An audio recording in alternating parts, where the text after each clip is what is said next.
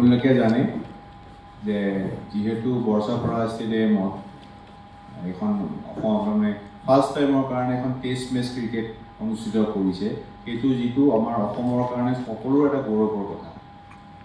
আৰু আগে পিছে আমি IPL হওক বা ওমেন ৱৰ্ল্ড কাপ হওক, যিটো আমি প্ৰচিডিউৰ ফ'ল' কৰোঁ, সেইটো একেটা প্ৰচিডিউৰকে আমি আগবাঢ়িম। খালি তাতকৈ দুটা চেঞ্জ হৈছে যে যিটো দাদাই ক'লে ড্ৰপ অফ পাছৰ কথা, তাত আমি 2খন পাৰ্কিং স্পেচ আৰু বেছিকৈ পাইছোঁ। যোৱাবাৰ যিহেতু পূজাৰ সময়ত হৈছিল কাৰণে আমি পোৱা নাছিলোঁ 2খন ফিল্ড, সেই ফিল্ড 2খন এতিয়া আমি ল'ব পাৰিম। তাতে আৰু এটা কথা হ'ল, আগে পিছে আমি আপোনালোকৰ যিখিনি ভেন থাকে, সেইখিনি ভেন আমি চাউথ পইণ্ট স্কুলত ৰাখোঁ, কিন্তু যিহেতু এই ৱৰ্কিং ডেজ হৈ যাব, সোমবাৰ মঙলবাৰ স্কুল খুলিব, গতিকে সেইখিনি জেগা আপোনালোকক তাত মই ৰাখিব নোৱাৰিম। মই থুলমূলকৈ কৈ দিছোঁ আপোনালোকক যে আমাৰ যিখিনি গাড়ীৰ যান জঁটৰ মাইনাছ কৰিবৰ কাৰণে কিছুমান নিয়ম কৰিছোঁ। ৰাতিপুৱা 6টা বজাৰ পৰা হ'ব, বিশেষকৈ 6টা বজাৰ পৰা মৰ্ণিং BK কাকতি ৰোড বা আপোনাৰ FA road, AK Deka road, AK Azad road, কুলক বসুমতাৰী ৰোডকে ধৰি আশে পাশে থকা অঞ্চলত কোনো ধৰণৰ কমাৰ্চিয়েল গুডছ কেৰিং ভেহিকেল চলিব নোৱাৰিব। সেইটো আগতো আমি তেনেকৈ কৰোঁ, এইবাৰো কৰিছোঁ, আৰু এই ক্ষেত্ৰত আমাৰ ৰাইজৰ বা ইয়াৰ পাব্লিকৰ যথেষ্ট সহায় সহযোগিতা আমি পাই আছোঁ। আৰু এটা কথা হৈছে, যিহেতু দাদাই ক'লে যে পাছৰ ইছ্যু কৰিছে, হয়, আমি বিভিন্ন ধৰণৰ কাৰ পাছৰ ইছ্যু কৰা হৈছে। যিবিলাক VIP কাৰ পাছ আছে, সেইখিনি পাছ আমাৰ ইয়াত জানে আপোনাৰ এণ্ট্ৰি 2খন গেট আছে, 1A আৰু 1B। সেই 1B সোমাব, তেওঁলোক সোমাই পেলাই ভিতৰত যিটো ইনচাইড পাৰ্কিং আছে, সেই তাত গাড়ীবিলাক ৰাখিব পাৰিব। যিটো ড্ৰপ অফ ক'লে, ড্ৰপ অফ গাড়ীবিলাক আইডাৰ তেওঁলোক 16 বছৰ তেওঁলোকক সোমাব দিয়া নহ'ব, কাৰণ তাত বহুত যিহেতু অলৰেডি কৈছে যে 20,000, 25,000, 30,000 মানুহ হ'ব।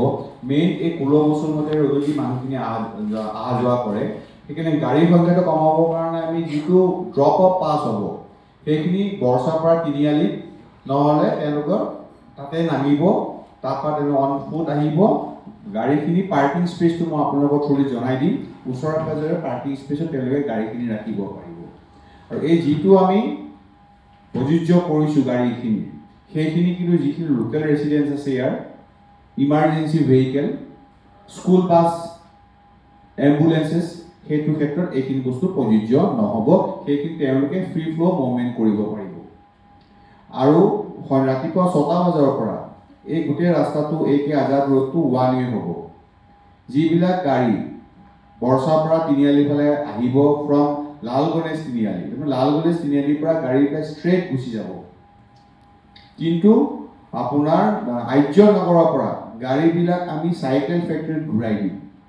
গতিকে কোনোবা যদি দৰ্শক চাইকেল ফেক্টৰী ফালৰ পৰা আহে, যেনে উলুবাৰী ছাইডৰ পৰা যদি আহে, তেওঁলোকৰ গাড়ীখিনি চাইকেল ফেক্টৰীত ঘূৰাই দিয়া হ'ব।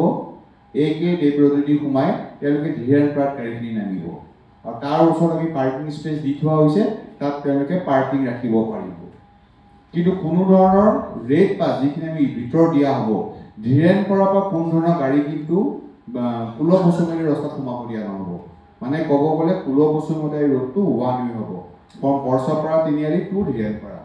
ধীৰেণপাৰাৰ পৰা কোনো ধৰণৰ গাড়ী বৰ্ষাপাৰা তিনিআলি ফালে আহিব দিয়া নহ'ব ডিউৰিং গেম পিৰিয়ডৰ সময়ত। আগে পিছেও আমি কৰিছিলোঁ, কিন্তু যিহেতু দৰ্শক সংখ্যা কম, তেতিয়া আমি পাব্লিকক ডিষ্টাৰ্ব নকৰোঁ, তেতিয়া আমি এইটো উঠাই দিওঁ। এই ক্ষেত্ৰত হ'ব কি, যিহেতু অলৰেডি ক'লে 20,000 মানুহ বা 30,000 মানুহ হ'ব, গতিকে পাব্লিকৰ যাতে কোনো ধৰণৰ অশান্তি নহয়, যিখিনি দৰ্শক আহে, কাৰণ অসমৰ কাৰণে বহুত গৌৰৱৰ কথা। এখন টেষ্ট মেচ যদি আমি সুকলমে কৰিব পাৰোঁ, আকৌ ভৱিষ্যতে চাগে আমি আৰু কোনো টেষ্ট মেচ পাতিবৰ চান্স পাম, অসমে পাব বা আছাম ক্ৰিকেট এছ'চিয়েশ্যনে পাব।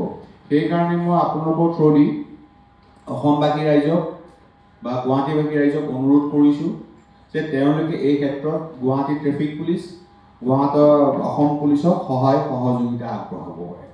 আৰু মই আপোনালোকক প্ৰেছ ৰিলিজৰ এটা কপি দি দিম, সেইটো আপোনালোকৰ অনুৰোধ কৰিছোঁ, আপোনালোকে যাতে ৱাইড চাৰ্কুলেশ্যন কৰক, যাতে মানুহখিনিয়ে গম পায় কোনখন গেটেদি আহিলে, কোন টিকেট হ'লে কোনটো গেট ক'ত নামিব লাগিব, সেইটো তেওঁলোকৰ কাৰণে সুবিধা হ'ব। যদি বিচাৰে মই ইয়াতে কৈ দিব পাৰোঁ, কিন্তু প্ৰেছ ৰিলিজত মই লিখি দিছোঁ, যদি চাপ'জ কোনোবাৰ গেট নম্বৰ ইমান আছে, তেওঁ ক'ত নামিলে, গাড়ীখন ক'ত ৰাখিব পাৰিব, তেওঁ কোনটো ৰাস্তাতে সোমাব পাৰিব, সেইটো তেওঁলোকৰ ৰাইজৰ সহায় সহযোগিতা হ'ব সেইখিনিয়ে মোৰ ক'ব লগা আছে আৰু বিশেষ একো নাই আকৌ এবাৰ আপোনালোকক কৈছোঁ যে অসমৰ কাৰণে সঁচাই গৌৰৱৰ কথা আৰু এইখন টেষ্ট মেচ যদি 5 দিনীয়া টেষ্ট মেচখন যদি আমি ভালকৈ পালন কৰিব পাৰোঁ কোনো ধৰণৰ দুৰ্গতি নোহোৱাকৈ দুৰ্ঘটনাই হওক বা কোনো কেৱছ নোহোৱাকৈ হওক বা ভিতৰৰ প্ৰশাসনেও যেনেকুৱা চলায় তেতিয়াহ'লে ভাবোঁ অদূৰ ভৱিষ্যতে চাগে আমি আৰু টেষ্ট মেচ পাতিব পাৰিম থেংক ইউ আপুনি বিচৰা বাতৰি পাব কেৱল নিউজ 18 এপত নিউজ 18 এপ ডাউনলোড কৰিবলৈ স্কেন কৰক এই QR কোড গুগল প্লে ষ্টৰতো পাব এই নিউজ 18 এপ